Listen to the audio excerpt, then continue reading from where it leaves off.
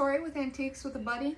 Today I'm going to be showing you a video on a few tips and tricks on how to redo a piece of furniture, doing it kind of shabby chic, rustic style, I guess you could say. The other day I went garage sale hunting and I found this little gem for a very reasonable price. It had very little wrong with it. The only thing, it had a few little nicks and dings around, but for the most part everything has been in one whole piece. And luckily when I got it from the lady, she had already actually painted it white for me, so that's going to be a lot less work than I have to do. But I went through already and I gave this a little sand down. She had some kind of sealant on here that you want to make sure that you can get off, since I don't know what she used exactly. So I gave it a little sand. I used some fine sandpaper just to get that top layer of whatever coating was on. It was a little bit glossy, so I could tell there was something on there. But I went ahead and gave it a little sand down, and there on the little nicks and dings that there was, I went through with this it's like a plastic wood all-purpose filler. You just kind of go through and smooth things out a little bit, give it another little sand down and clean it up. So I already did that prep work here. I did also notice that she had used her paint a little bit heavily, so I had to go through with a little X-Acto knife and clean things up a bit. But for the most part, it's been really easy. So today what I'm going to be doing, I'm going to be repainting this. I'm using this Deco Art Americana Decor Chalky Finish, and it's a refreshing color. It's a pretty affordable paint that I got from Hobby Lobby, and as everyone knows, they have their coupons. So it's this beautiful, almost a mint green color, and I'm excited to see how this turns out. This is my first time trying this brand of paint. But so I'm going to be painting over this, and I'm going to do a couple of coats because you want to make sure that you cover everything up.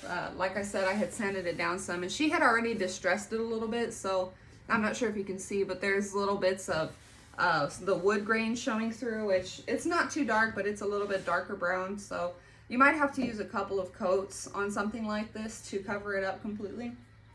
But pretty much basically what you want to do on most items, you find whatever chalk paint, or some people like to use milk paints, that you want to use, and you just want to make sure you have a clean surface. And the cool thing about most chalk paints is that you don't really have to do prep work on most items if you don't want to. It's pretty good about sticking and adhering to most surfaces.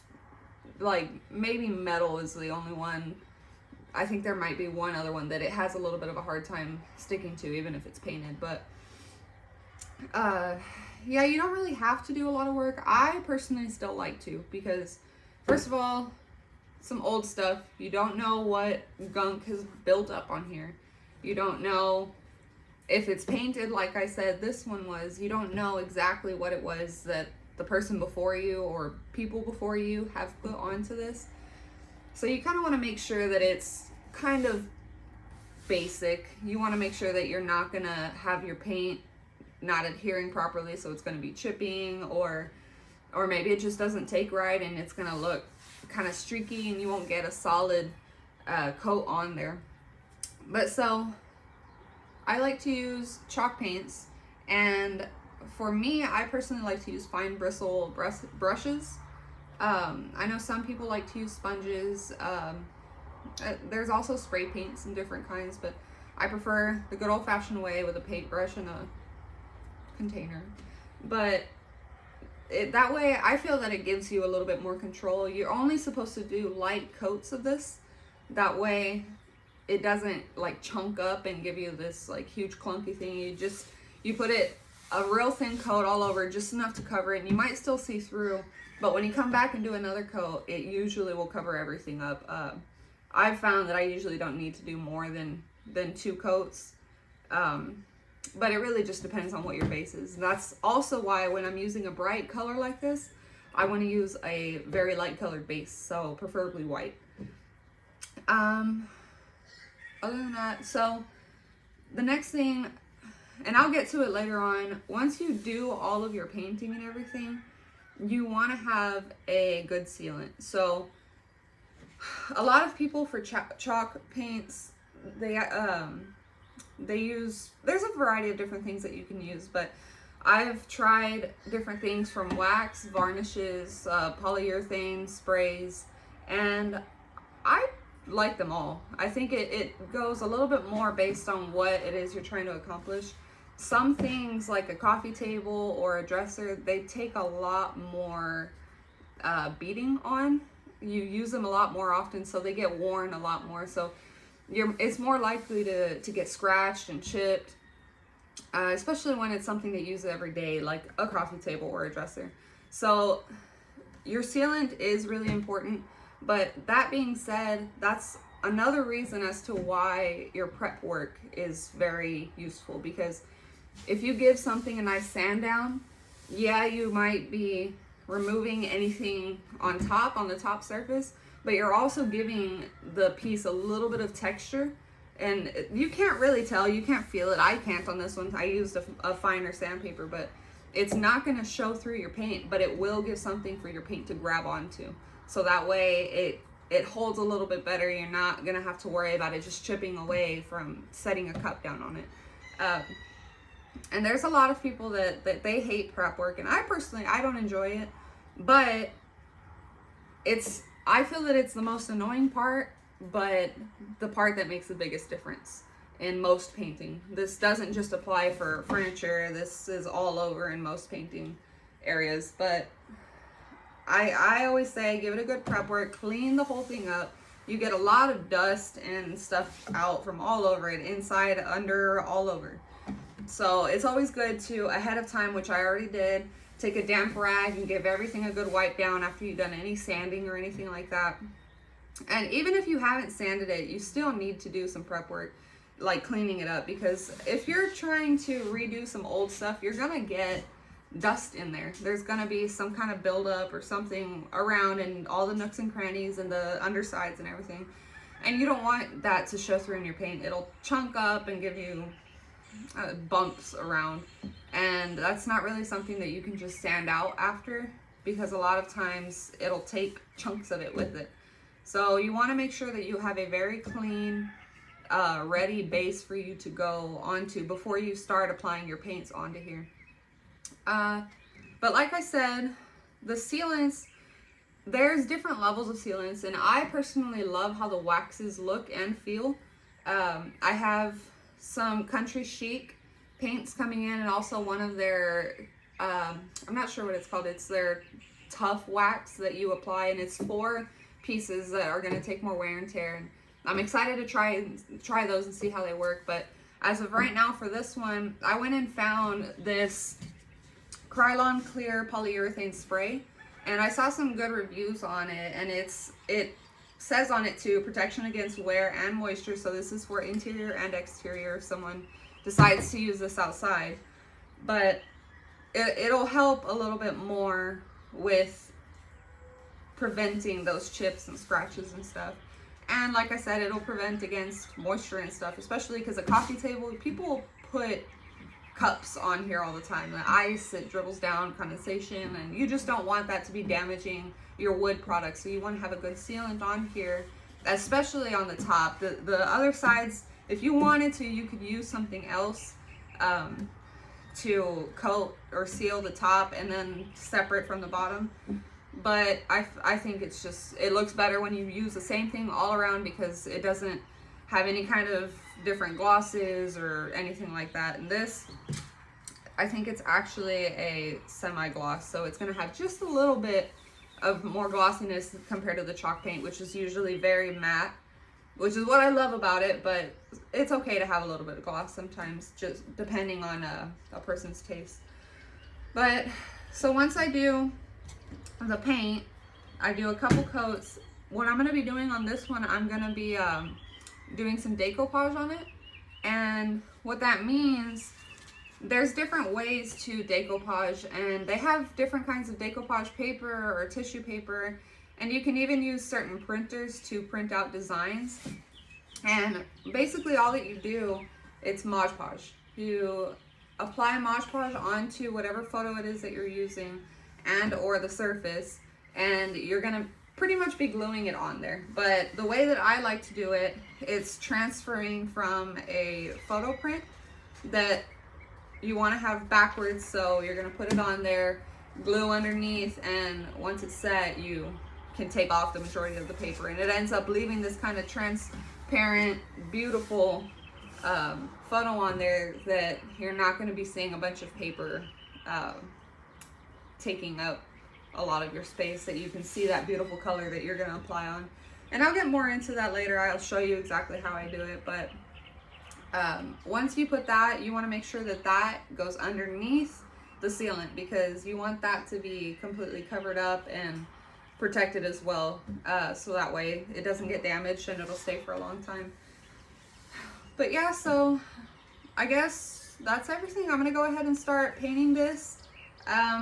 I'll show you a little bit of it, but this is kind of a big piece, so it's gonna take me a while. So I'll show you bits and pieces of what I'm doing, certain areas, and check in here and there, and I'll get back to you. So I like to make sure that I have a clear workspace, just because you don't want to be running into everything. But since this is kind of a bigger piece, I'm going to be using about a medium-sized paintbrush that you can, it's kind of an all-purpose paintbrush you can use all over, but it's fine bristled, so you're not going to have a bunch of streaks through your paint. I like it to look fairly flat, and it smooths itself out for the most part. Chalk paint is fairly forgiving. But like I said, I've already prepped all of this stuff and sanded down even the wood filler that I used on the couple of chips and dings. And wow, this is a beautiful color. I think this is going to turn out looking very beautifully. So I'm going to start on top just so it gives it the longest time to set. And you can really start wherever.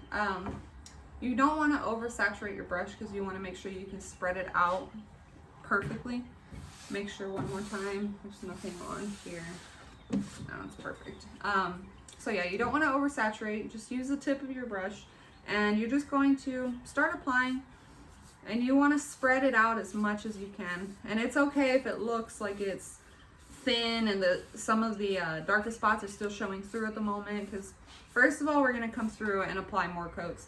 Second of all, you don't want it to look perfect.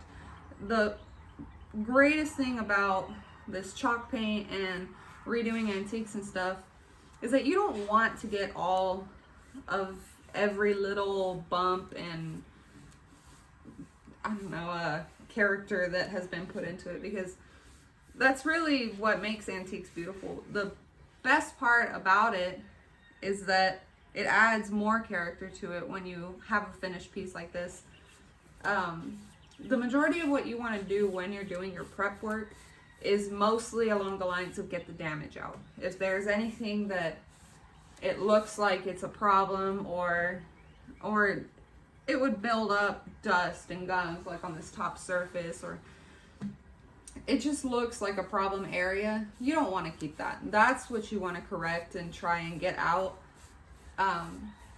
But there is some character to it, and you are going to, or we are at least, I prefer to distress it a little bit, so that way it gives it that shabby chic look. It's not this perfectly painted thing that you could buy at any store, you know. It makes it a little bit more unique.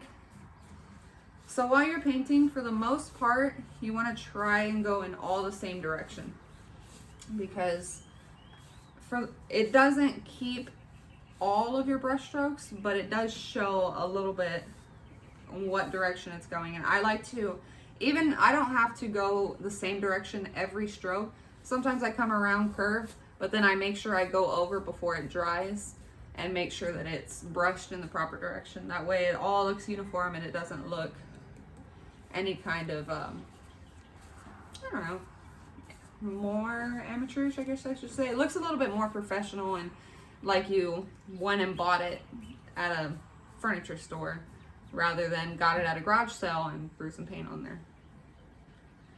But this paint, what's really cool about it is almost 99% of the chalk paints that I've seen, most of them are like non-toxic, eco-friendly. Like they're pretty easy to pick, I guess I should say. I haven't really found many that have like chemicals and crazy stuff in there. And most of them, they says that they're people friendly, pet friendly, kid friendly, and I love that. The only thing about it is depending on your sealant, that could change things. So a lot of times it's good to stick with companies' brands, because if you know that that company is eco-friendly, then that means the majority of their products should be or would be eco-friendly, and not just the paints that they're advertising, because they have a brand to uphold and they don't want to give out something that could harm someone if they're advertising themselves as eco-friendly and kid-friendly. But that's another reason why this furniture or this paint is good for painting high chairs or children's blocks, or I mean anything that you know a little kid could put their mouth on, frankly.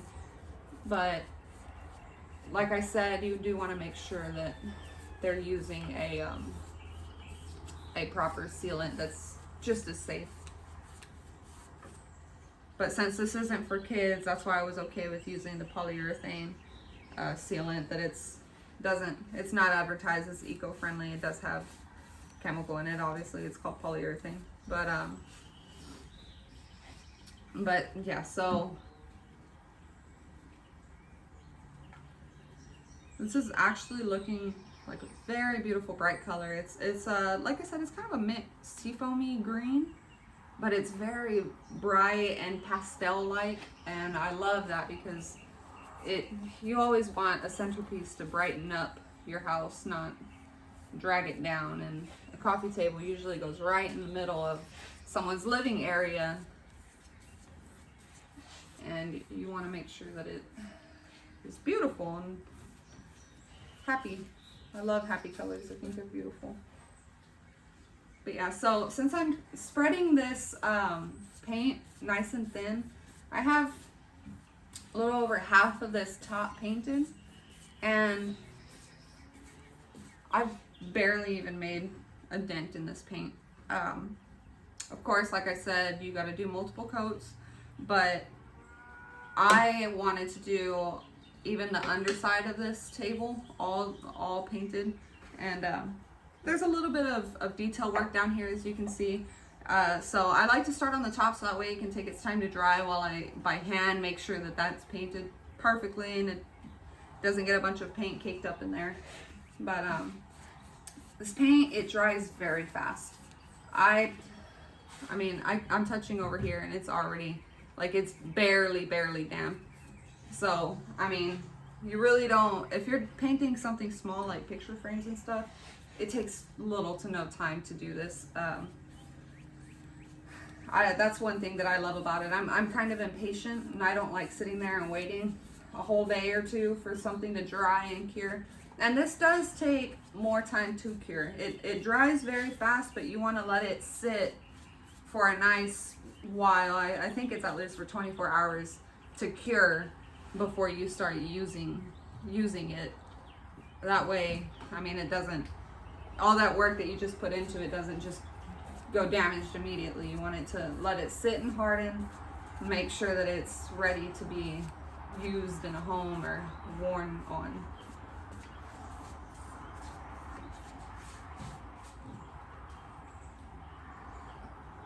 Another great thing about this is it's water-based, so if you get it on yourself, it's really easy to wash away. And I think it's actually really fun to use for projects with your kids also. If you have older kids, you want to teach them how to paint their own jewelry box or paint a picture frame that they can pick a photo to put in. It's safe for them to use on a product, and it's safe for them to paint with, and it's a lot easier to clean up this kind of mess than some acrylic paint. So like I said, I had put the wood putty to fill in a couple of small dents or paint chips that were there, and it's actually covering it up very well. the wood putty is a very light tan color, so it's not very dark anyways, but for the most part it's just going right over it, and I'm very happy with how that worked out. But anything that does show through a little bit, it will be covered by the second coat. And if you just so happen to have something that's a little bit darker that still happens to show through on the second coat, you can always add another coat. I like to leave it at around 2, because the more paint you put on there, it kind of can chip away a little bit easier, I found, since it gets kind of chunky after so many layers. But no, there's no perfect amount of paint coats depending on what it is that you want to do. Like, you can add a third one if it just looks like it needs it, and sometimes it needs it, sometimes it doesn't. And if it doesn't need it, I don't usually wouldn't usually add a third coat, just because I like it to look nice and thin and not clunky. But usually when it's thinner and it's very beautiful and smooth, and that makes it look a little bit more professional, I'd say. Alright, so I'm just going to finish up the end over here, and I can give y'all a little bit of a look at so far how it looks.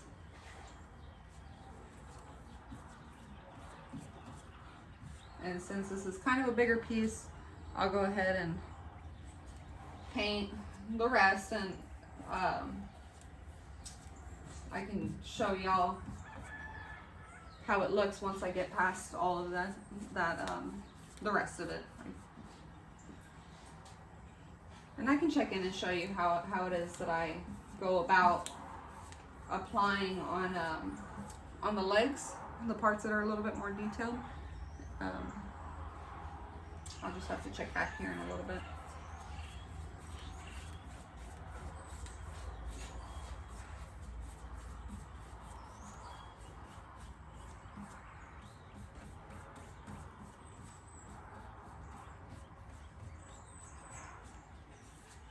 So like I said, now that I've put that coat, I'm just going to very lightly run the brush over and make sure all of the brush strokes are running the same way.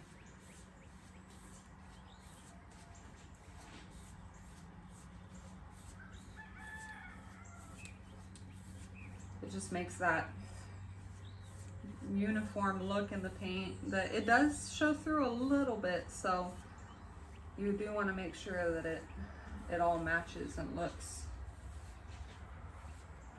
nice and uniform.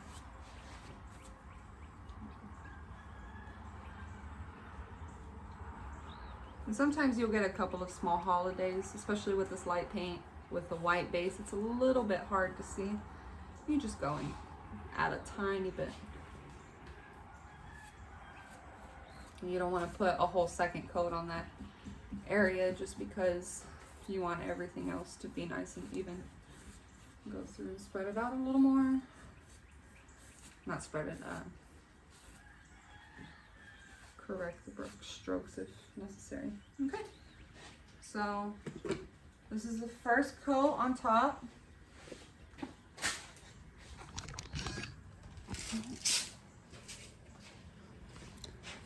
This is the first coat that we have. I didn't bother to finish the edge right now because I like to make sure that that is all going in one uniform direction. So right now after this, I'm going to go ahead and finish on the edge and make sure that it actually matches the direction of the table. So that way it shows that round shape and it's not all just straight across it. But like I said, it shows through a tiny bit, these little dark spots you see. I'm not sure if you can see on here, but by the second coat, that should be covered. And like I said, if necessary, the third coat I can fix that with. But I'm going to go ahead and keep painting this, and I'll check in a little bit with you.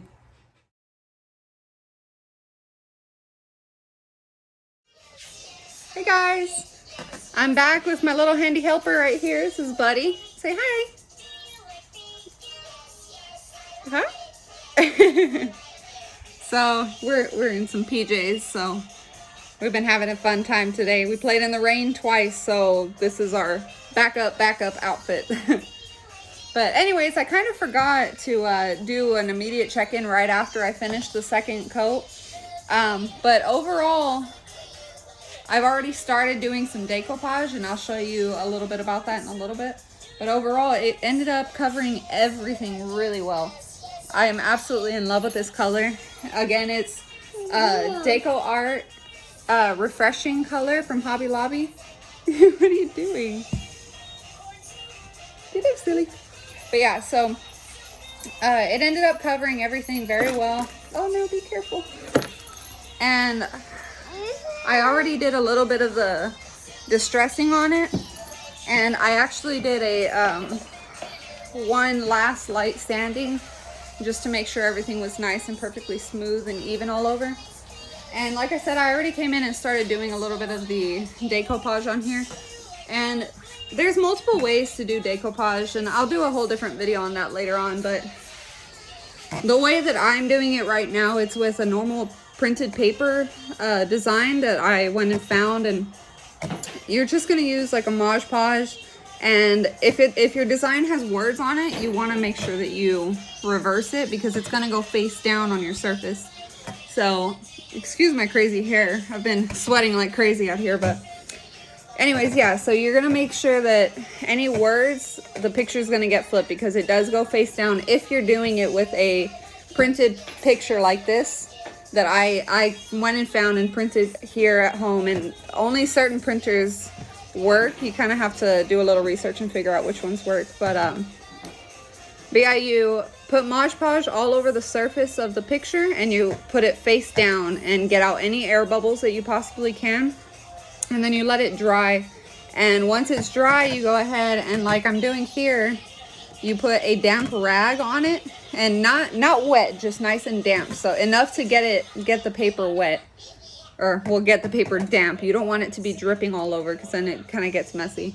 But once you have gotten it nice and damp, and I'll show you here, make sure that it's all over all the edges. Then what you're gonna do, you get your rag and you kind of put it on your finger like this, and you just start lightly rubbing. And the paper balls up on your rag like that, but your picture starts to show through. Here, let me see if I can show you. Your picture starts to show through like this. And you just kind of keep doing that all over until it ends up looking something like that. And then you have to let it dry. Make sure that it's completely dry, because it is paper, so it does soak up a little bit of water. And once you let it dry, I like to kind of either wait until the next day, or just give it at least a couple hours to make sure it's really dry. And I actually put a fan on mine. But once it's dry, you can go ahead and then use whatever top sealant that you are going to use. And I actually changed my mind on the one that I had said initially. I ended up going and getting this Rust-Oleum Chalked Matte Clear finish. It's meant more for, specifically for chalk paints and stuff. I'm not using the Rust-Oleum paint, like I said, but I saw some good reviews on that. I did see that if you're doing whites and light colors, it can yellow, but I don't think I'm going to have much of a problem here with that.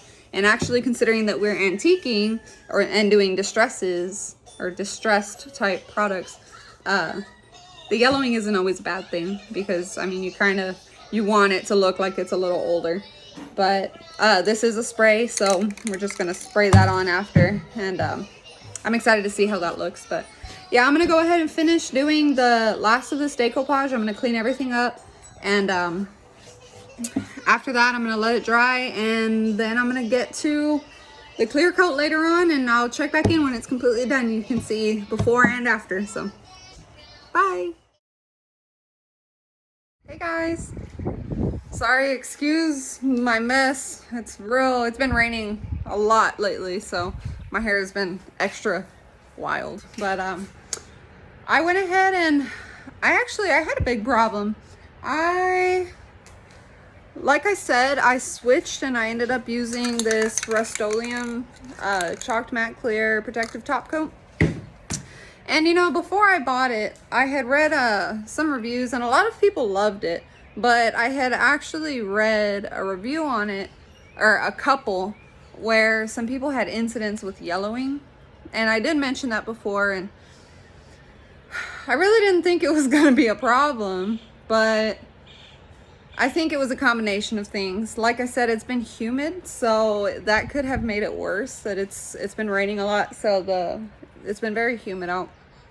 But I did use it, and I did have problems yellowing, and it really wasn't awful, but there was a good handful of spots that were severely more yellow than others. And I don't know if that had to do with too much overlapping. I've never really had much of a problem with that before, but I'm not really sure. I couldn't live with it the way it was. I was in love with it before I did that, and then I did it and didn't like how it turned out. So I ended up sanding it down and redid the top.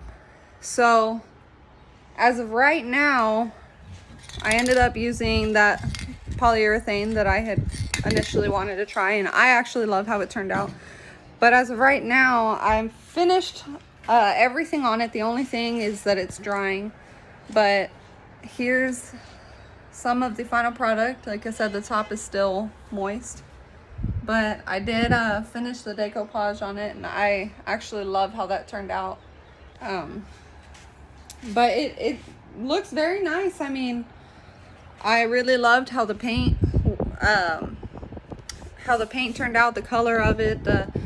I did my own little pizzazz here on the edges, and decorated it up a little bit more than just the plain coat. But overall, I really love how it turned out. I hope y'all like how it looks too. I mean, this is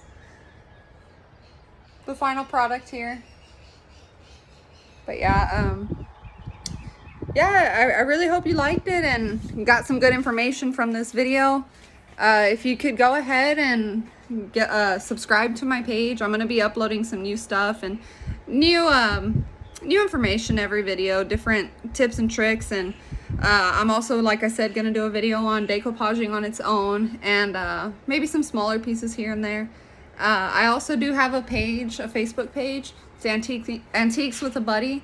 I also have a website, www.antiqueswithabuddy.com, and I can put both links to those. And then I also have an Instagram, but they're all kind of tied together. If you go to the website, you can get to everything else. Thanks for your support.